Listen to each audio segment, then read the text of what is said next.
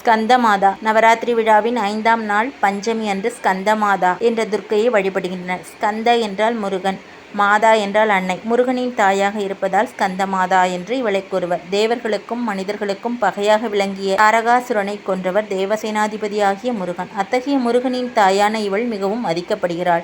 இவள் 4 கரங்களை கொண்டவள். இவள் 2 கரங்களில் தாமரை மலரை கொண்டவள். ஒரு கரம் பக்தருக்கு ஆசி வழங்கும். இவளின் மடியில் ஸ்கந்தன் குழந்தை வடிவமாக ஆறுமுகத்தோடு காட்சி தருவான். அன்னையே சிங்கம் தாங்கி நிற்கும். இவள் சில நேரங்களில் தாமரை மலர் மீது அமர்ந்து தவம் செய்வளாக காட்சி தருவாள். அதனால் இவளை பத்மாசினி என்றும் கூறுவர்.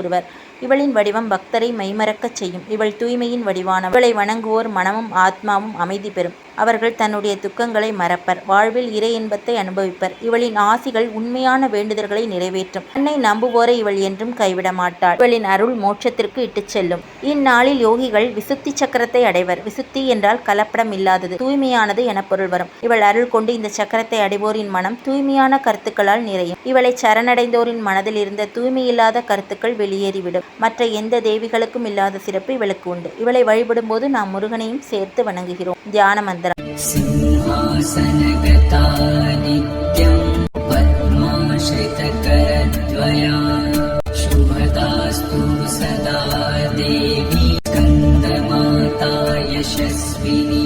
தன் 2 கரங்களிலும் தாமரை மலர் ஏந்தியவளும் சிம்மாசனத்தில் அமர்ந்து இருப்பவளும் ஸ்கந்தனின் தாயாகவும் இருக்கும் தேவி துர்க்கையை நான் வணங்குகிறேன்.